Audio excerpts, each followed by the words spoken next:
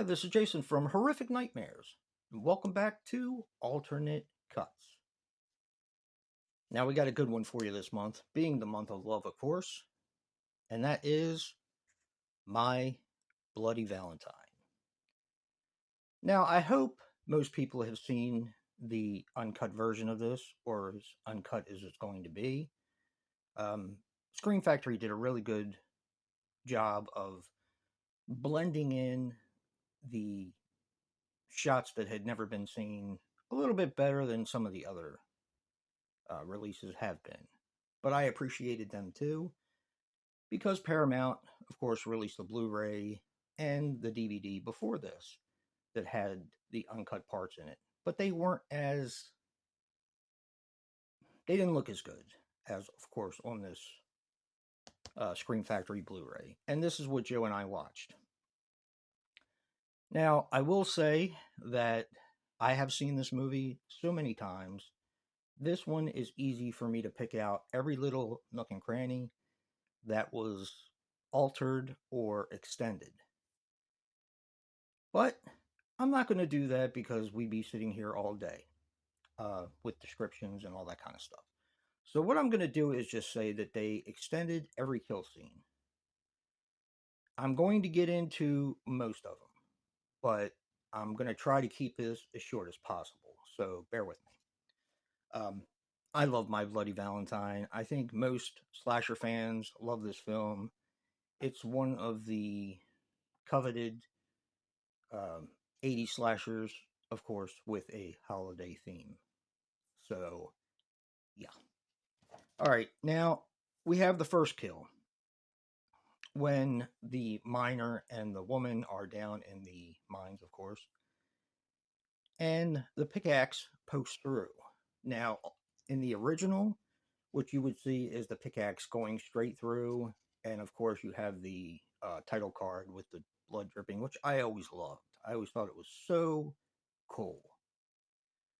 But in this version, you have him actually pushing her into the pickaxe and the pickaxe actually poking through before it comes actually through her chest, which I think is a really, really cool effect. And is kind of,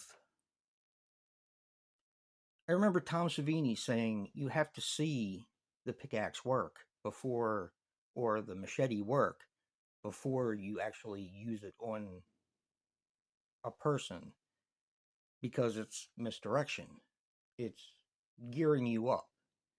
And that's what this person who did the effects, which I didn't write down a name, but they did it really well.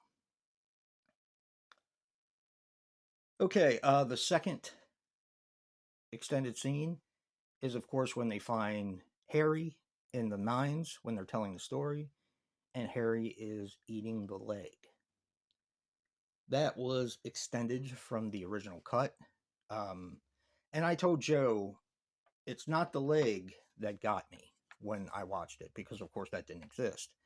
It was the face of Harry, which kind of stayed with me. It's very creepy. Okay, next we have Mabel's scene in the laundromat when she is found. Of course, that is extended big time, and it looks amazing. And it's even funny, in my opinion. It's not funny that she died, but when the dryer is spinning and she's flipping and flopping around, I can't help but to laugh. It just looks it looks silly in a way, as well as nauseating. Okay, the old man's death,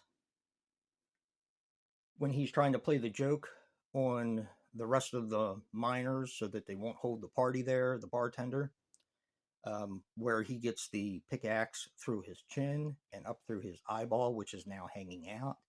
That is so effective and so cool looking. Uh, the boiled head scene is another one. Of course, the killer pushes the guy's head in the big pot of hot dogs, and it kind of lends itself to Sleepaway Camp with the whole corn on the cob scene. Um, but you do see a little bit more of him from the underneath as the camera's positioned, and it looks really cool. And the last one I'm going to get into, because there are more, of course, because there are more deaths in this film. This film has a decent body count. Is the shower scene. Um, when the girl gets it in the back of the head, he lifts her up and puts her on the actual shower peg, and you see the old man briefly hanging. Um, it's just so brutal, and I thought it was interesting that the showers were like that because everything is seemed minimalistic in the mines for the people who work there. So putting your head through the actual end of the shower is pretty cool. It's set up perfectly. This movie is amazing.